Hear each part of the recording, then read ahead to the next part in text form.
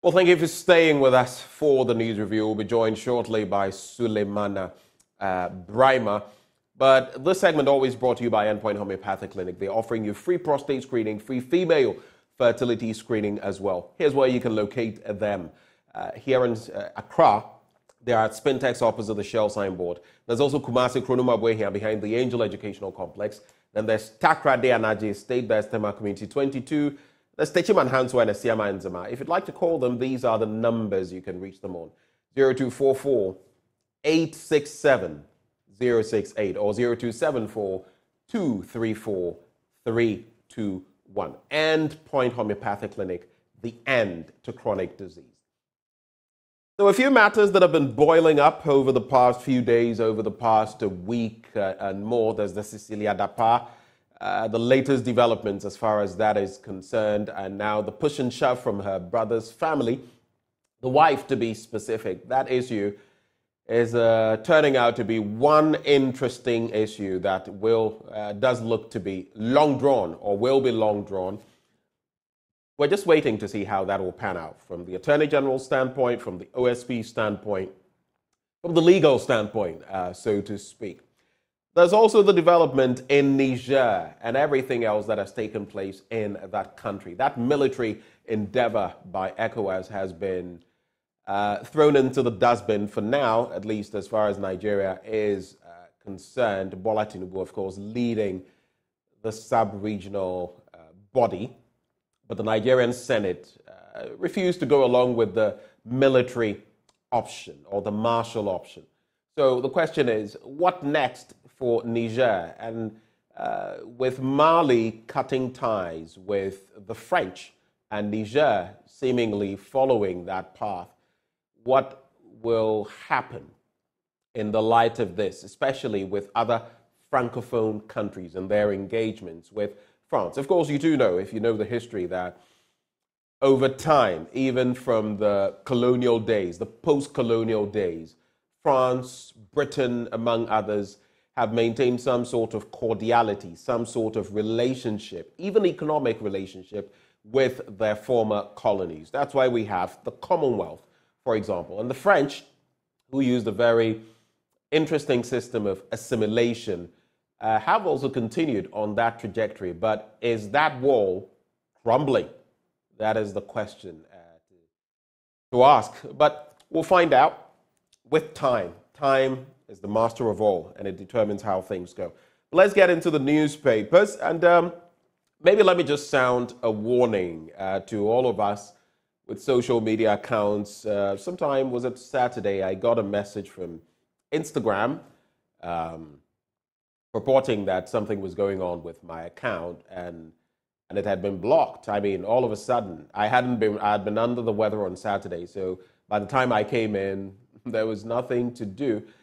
It's later that someone informed me that likely my account had been hacked, and that was the whatever this person was posting was not in good taste. So I don't know, today I'll have to reach out, but let's protect our social media accounts. Every now and then you see someone on Facebook, this or that social media platform with their accounts getting hacked. I'm the latest sufferer or victim. So let's watch out. I don't know about the protective mechanisms. On WhatsApp, for example, you have that, what do they even call it? Two system, whatever. But I don't know about Instagram. So I guess I'll have to check and get abreast of that so I don't get hacked. I don't get hacked again. But Suleimana Brima joins the conversation. Suleimana, a very good morning to you, sir. Good morning, Ben. Thanks for having me. It's good to have you via phone this morning. I suffered a hacking incident over the weekend, which has still not been resolved. Has any of your accounts ever been hacked, Suleimana? Well, fortunately for me, not, and I hope that it would not happen. It could be a terrifying thing to happen, so I pray it doesn't. Well, it looks like I have been a culprit, hopefully not on you. But before we get into the paper, Suleimana Brima, I was just talking a bit about the latest developments as far as the Cecilia Dapa issue is concerned and her late brother's, her deceased brother's wife and the requests that are now being made and the AG and the OSP and how things could pan out. And I was also talking about the Nigerian situation and Tinubu's triggering of the nuclear option, so to speak, the Marshall option, and the Senate jettisoning that proposal. Any thoughts on these or any other matters before we get into the papers? Well, the Cecilia Dapa incident, I think, is going to continue to unfold for a while because, as it is, people have tried to create stories and scenarios and explanations and excuses, and from all indications, it appears things are not working. We were told that the money belongs to the late brother. Now the family, I mean the closest in terms of spouse of the late brother, says, well, I didn't know my husband had that much, and so now that I'm told, I'm coming for it. And so I think the spin doctors have a lot of work to do. It's you call them spin doctors? Exactly. I mean, it's not an easy mess to clear, and the spin doctors, I believe by now, are thinking of what next story to craft. I really sympathize with them because they have a lot of work to do. And so we see how things would continue to unfold on that front. But as I said, it's not an easy mess to clear. So we look forward to the next stories from the spin doctors and how things will go. Niger is, for me, I've always said that the coup d'etat in Niger was a matter of when it was going to happen and not if, because the signals were there long ago. And unfortunately, our leaders looked on as if they wanted to wait, and once it happens, then they do the condemnations and, the kinds of things that they are doing. For me, quite obviously, there's no way that ECOWAS military intervention is going to be an option. It's never going to be an option, because that would even further escalate the regional problems that we are having. They talk about how ECOWAS intervened in Liberia, in Sierra Leone, and so on. The circumstances were different. The context is different. Sierra Leone, Liberia was a situation of a civil war. Now, we don't have a civil war in Niger. It's a situation of, insecurity in the whole region. People, terrorists and fundamentalists are waiting to exploit any loopholes and opportunities they would have. So it's a terrible situation. And as many have said, what is important is that we take steps to avoid these things rather than wait for them to happen and then we want to show off. The Nigerian situation, I believe, calls for dialogue, calls for greater diplomacy, and so on, rather than the threat of military intervention and all of that. It's not going to work. Let me then ask you whether you agree, you concur with Liberian President, His Excellency George Manewia, who I've seen many quotes on this, but who says, we, that is ECOWAS, cannot condemn military coups when we do not condemn those who carry out institutional coups in the sub-region. ECOWAS should work for the interest of our peoples. Does he have a point, looking at some of the happenings in the Gambia, in Sierra Leone, in Senegal, in the Ivory Coast, where Alassane Ouattara has had an unprecedented third term? Is he right to make that statement, that basically suggesting once you don't allow the institutions to roll over leadership, and institutionally you're trying to perpetrate a coup, then likely these are some of the consequences you'll see? Well, he is absolutely right. ECOWAS had a strategic vision that expired in 2020, and the whole thing was to have ECOWAS as ECOWAS of the people, rather than ECOWAS of heads of state, which it had always been. Unfortunately, after years of the implementation of that vision, we still have ECOWAS of heads of state, rather than ECOWAS of the people. Right. Because from all indications, what is happening is that ECOWAS is all about the wishes of the heads of states and not the wishes of the people. We had Alpha Conde in Guinea doing all that he could to change the constitution. ECOWAS looked on. People demonstrated. The Guinean people were on the streets saying, no, this is not democracy. This is not how democracy should be practiced. There are term limits. When your term is over, you have to leave. What happened? They used the security to kill people. Not less than 200 Guineans were killed. ECOWAS looked on until the coup happened. And then when the coup happened, suddenly we had heads of states, ECOWAS heads of states meeting, emergency meetings, declaring what has happened illegal and calling for the release of Alassane Ouattara. I remember that time President Akufo-Addo was the chairman of the ECOWAS heads of states. Our foreign minister was deployed to Guinea a couple of times. And so people say, oh, okay, so when hundreds of people were being killed, you didn't care. And when the people were demonstrating and taking action to ensure that democracy works, because democracy is about the Constitution, and the Constitution was being tampered with. And what the people had to do was to be on the streets to ensure that democracy works. You didn't care. And then when the person overthrew the Constitution and allowed the Constitution to have a third term, now when the military takes over, then you say, oh, that's not democracy. The same thing had happened in Côte d'Ivoire. Indeed, in Côte d'Ivoire, at least 12 people were killed. And now President Ouattara is sitting there on his third term. In Togo, it has happened. You know, Eyadema has been there since the father passed away. He's been there. What kind of democracy is that one? We know they all subscribe to the ideologies of France and so on and so forth. But France never has, a situation of having one president for decades. But Togo, that is the situation. When this orchestration was happening in Senegal, whether President Macky Sall wanted a third term or no third term and so on, there was silence. Assuming he had decided, I'm going for a third term, I don't know what would have happened. But even now, the opposition party in Senegal has been dissolved.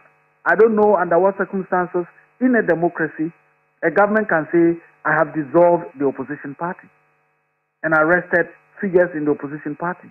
I don't know whether that is democracy, but we are looking on. So I think that our dear ECOWAS has a lot to do, and indeed it must become an ECOWAS of the people. And what that means is that our heads of states must move away from hypocrisy and be real. Those who are democracy adherents must ensure that the tenets of democracy are adhered across the region. Rather than sit on, wait on, we cannot speak the truth to each other until things happen. And if we continue that way, unfortunately, we're going to have a lot more of these things on our hands. Well, we pray not. But let's get into the papers now. Suleiman Brahima, starting with the Daily Graphic newspaper. Cabinet approves lithium policy. It covers other green minerals. Recently, of course, we were hearing from the sector minister talking about the fact that they wouldn't, grant licenses without proper due diligence, so to speak. We hope so, and we pray so. The BC begins today 602,457 SIT examination. No need to own cylinder. Pick up, pay for content. That's on page 16. That's an interesting development. I'll get into that story. Music festival in support of pediatric care launched, and report bribe-taking court officials. Chief Justice urges the public. Recently, there was one high-ranking judge who came, on whom the spotlight was thrown for negative reasons. On the back page, Navascan donates to school and helps sustain Green Ghana agenda. Advanced Ghana says so. So on the first story about Cabinet approving a lithium policy, and which covers other green minerals. Cabinet has approved a new policy for the exploitation, management, and regulation of lithium and other green minerals in the country. Often referred to as, quote, minerals of the future, green minerals are metals and other mineral resources that are needed to support the transition to clean energy technologies aimed at reducing carbon emissions. A wide range of minerals that fall under the umbrella of green minerals include bauxite, cobalt, copper, lithium, granite, manganese, and nickel.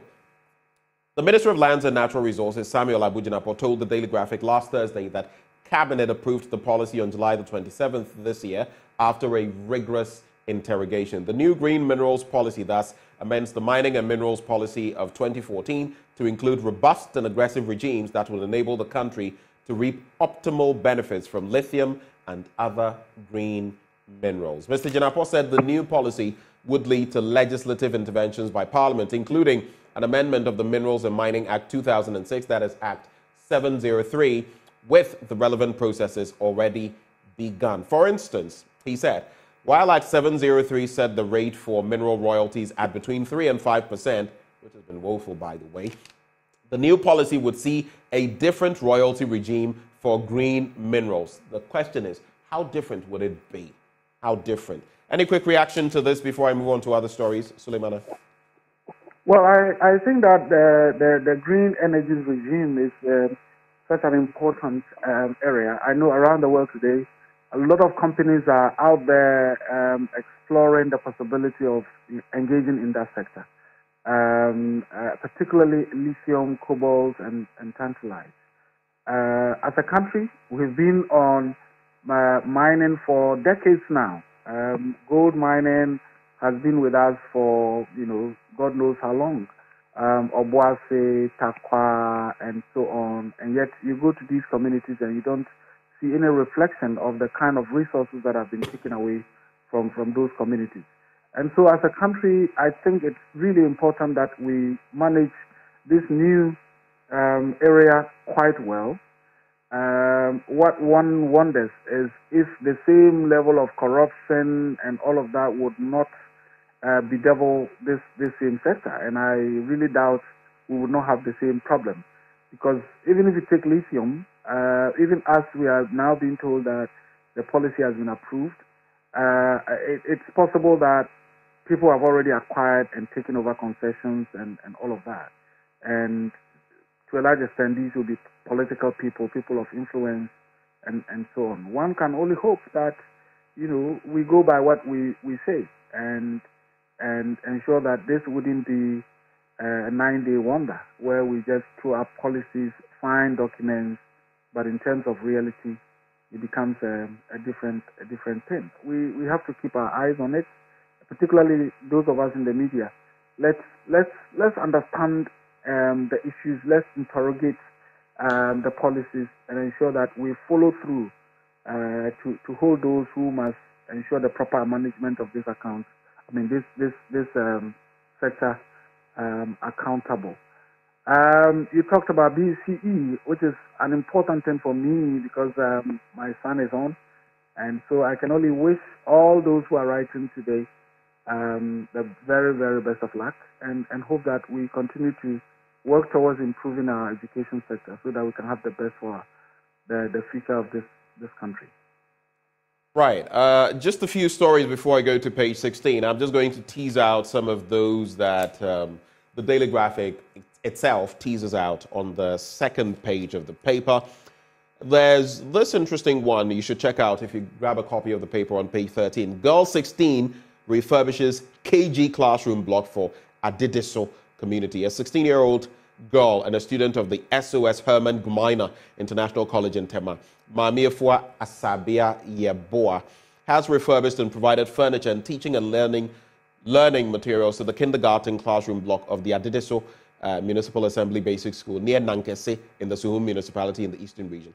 Further details on page 13. A 16-year-old is doing this.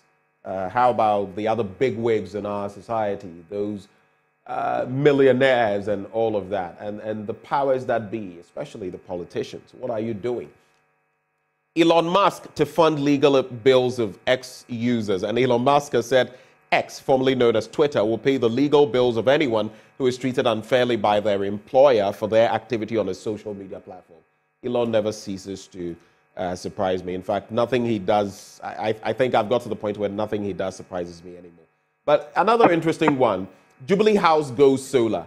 And the seat of the presidency, the Jubilee House, is rolling out a plan for boosting clean energy supply to ensure 60% of its energy consumption is supplied through solar by the end of 2023. And maybe finally, for your quick reflections. Nigerians fearless as ECOWAS deadline expires. And Niger's capital, of course, Niamey, was calm on Sunday with citizens appearing undaunted by the threat of military intervention by West Africa's regional bloc ECOWAS as its ultimatum for the country's coup leaders to reinstate the president expired. It's like an Odeshi situation over there. Any quick reactions before we do page 16 and move on? I think I will just briefly comment again on Niger and to say that, look, what people want is leadership that improve their lives. Whatever name you call it, what people want is leadership that helps them live a better life. Right. Leadership that enables them to assert their fundamental rights to expression, to food, to liberty, and to live in dignity. And whether that is called democracy or whatever, so long as they feel this is what works for us or this is what might work for us, that is what they will go for. We all know that, and we all say that democracy, if done well, is the best form of governance. And there is no doubt about that. And therefore, collectively as a region, what we have to do is to ensure that the countries that have democracy become an example for others to look up and say, look, we want the type of governance that is happening in Ghana or Liberia or Sierra Leone or Senegal. Rather than, just call it democracy, we go into election, somebody is elected sometimes, dubiously, and then the person just comes on. You don't see any difference between that person who is elected, the kind of leadership that is being provided, and that of military leadership. Then you say, oh, democracy, because somebody is elected. We need to perfect our democracy and make it work for the people. Until we do that, I think people, as I said, what people want is leadership that improves their lives. That's it. We can call it democracy or we can call it whatever. But until we make sure that democracy works for the people, we'll continue to have trouble on our hands. Right. There's that final story I'll look at on page 16. No need to own cylinder. Pick up, pay for content. So from September this year, residents of Accra and selected parts of the country do not have to own a cylinder to use gas. Here's why. Gas users only have to pick up filled up cylinders and pay for the content, the liquefied petroleum gas, after registering with their national identity card. This is due to the phased implementation of the cylinder recirculation model being championed by the National Petroleum Authority and its partners under the supervision of the Ministry of Energy. The rollout will begin in Accra and Kumasi next month and gradually spread across the country. What do you make of this? Positive, very positive development, right? Yes, it is. Very positive. I think that we've been hearing it for some time now. And I hope that this time, as they've indicated, the commencement date, it would really work out. Because, we have people with challenges even buying a cylinder on their own. And apart from that, we've had issues where people tamper with, certain parts of the cylinder because they cannot afford fixing it and so on. But I believe if we're going to go into this circulation mode, the folks who would be in charge would make sure that when a cylinder is filled for people to pick it up, it will mean that the lid is well done and everything, so that the leakages and all the threat it poses would be something of the past. So it's really positive, and we look forward to it. Okay, let's get into the Daily Guide newspaper. In fact, we have just about 8.5 minutes, Suleimana, so we'll breeze through the papers. The Daily Guide, Bawumia storms Akufo-Addo's backyard for votes. NPP will continue to invest in the youth. Gabi slams Ablakwa over West Blue contract, I beg your pardon. I've had enough of this. I don't know whether you'd like a bite on that. There's Bekwai DCE daughter's autopsy today. And then Ibrahim Ajay promises Lejokuku recapture. All right, so let's get into the stories. So senior partner at Africa Legal Associates, Gabi Ochidako, has slammed the Member of Parliament for North Tongue, Samuel Okudzeto Ablakwa, for criticizing the law firm for providing, quote, legitimate and bona fide legal services to West Blue Ghana Limited. The NDC MP had castigated Mr. Ochidako, a member of Ghana's governing party, for representing West Blue Ghana Limited in order to recover $187.3 million owed to it by the government of Ghana under a contract signed on August 4, interestingly, 2015, for the Ghana Revenue Authority and the Ministry of Finance to operate national single window at the country's ports. You do remember what Ablakwa says about the pushback from the opposition then, before the 2016 election, saying that everything was wrong with the deal. Now, they got into power, and he was representing the other side, which they had vociferously said was corrupt, that the deal was corrupt. Now he was representing that side to get money from the state. And that is what Ablakwa says, saying that even the AG had sort of, I have to choose my words carefully, gone the other way, when in fact, prior to that, they had all spoken vociferously against the move. I'll give you an opportunity to react to that, but let me just bring in some other stories. So I'll go to page 6 now.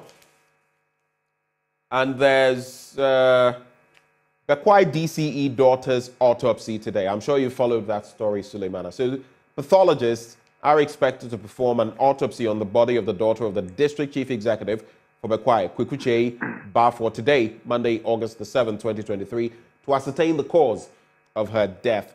Police sources say there were no marks of gunshot or violence on the deceased Ekwia Sewache, who was reportedly found lying unconscious at the back of their house at Echuma Bebu in the Ashanti region on August the 3rd, 2023 at 5:30 p.m. Quick reactions? Well, that's a sad incident, and Very. I hope and pray that the investigations are thoroughly done so that the perpetrators eventually can be, if indeed it was a case of people having committed that crime, those people will be found and brought to justice. Commiserations to the family is a very, very sad development. And it also points to the need for us to continue to work on issues of security, human security, and protection of lives and property in our country. Again, commiserations to the family. On Okujeto Ablakwa's issues raised, I think it's a very, very important and significant development for all of us to follow. Again, our media are not helping. My good friend and brother Fortune Alini's daily guide, I think they can do a better job than, basically waiting and Gabi reacts and then they say Gabi slams Okujeto Ablakwa. Gabi slams Okujeto over what? I mean, when Okujeto raised those issues, I don't think that the daily guide, found it appropriate to say, oh, Okujeto slams Gabi for A, B, or C. And at this point, I think what is important is maybe to have, the issues dispassionately presented so that people can have informed views about it. Suleimana, you've been in this space for a while. You should know that dispassionately presented will not come from certain corners. Well, absolutely, but we have to continue to also let the public know what is important and how they would be better served. Right. Rather than, of course, we know that this particular angle will come from a paper like Daily Guide, or another angle may come from another paper. In terms of the journalistic aspect of it, people will be better served when our media, do the dispassionate work that they have to do. I can understand Okujeto's position that, look, if you criticize this deal as something that was overinflated, and your own government comes to do a due diligence and value for money audit and all of that, and certain things were established, it's quite a bit curious that you are the same person now going around representing the company to try and get money from the state. And I'm saying that maybe it's not over yet. All of us who are in the media space, we would better serve the people if we go into the issues, get Okujeto's issues, get Gabi's responses, and present the facts as they are for the people to make their own judgments. But what we do know is that, for a fact, is that the NPP administration now, when they were in opposition, railed, like I said, viciously, vociferously against the deal. So the pirouette they've performed, the about turn, is curious. But then again, we'll leave this matter to run its natural course, and we can only shape thought, put the facts out there, and it's left to the people to decide for themselves, read between the lines. Or is this a case of okumfu dumfu? Anyway. Well, I think we can help. We can really help not to make the issue Gabi versus Okujeto matter, but make the issue a national one.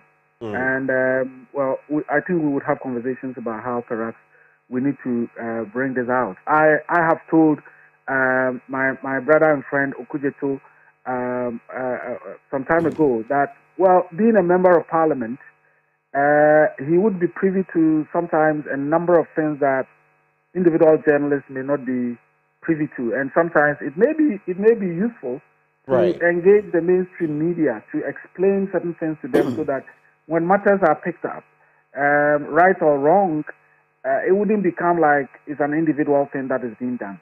Right. But, it will be presented and highlighted in the media in such a way that, yes, he can be cited as still the source or whatever. But sometimes, if it continues this way, it becomes like, it's an Okujeto business, and like you rightly mentioned, depending on which paper you look at, you'll see different things. So you look at the Ghanaian publisher this morning. It says West Blues 187 million Ghana cedi claim. Gabi schools Ablakwa. Where's the schooling exactly? So it becomes. I agree with you. Our papers, but of course they must sell. That is the reality. They must sell. So whether it's sensationalization or whatever, they must sell, and they will do what it takes, especially in this space where social media has taken over. A lot of papers are suffering, even if, I don't want to mention names, but the biggest newspapers in our country, the national ones, the dailies, if you look at the figures they were selling then and what they are selling now, it's about a quarter or less of what they are selling, hard copy. So, you wouldn't be surprised that a lot of them are employing such means and maybe getting tipped along the way, but that is what the reality is. Anyway, just to wrap, Suleimana, so we can knock off. Fugitive Italian mobster blows cover celebrating Napoli win.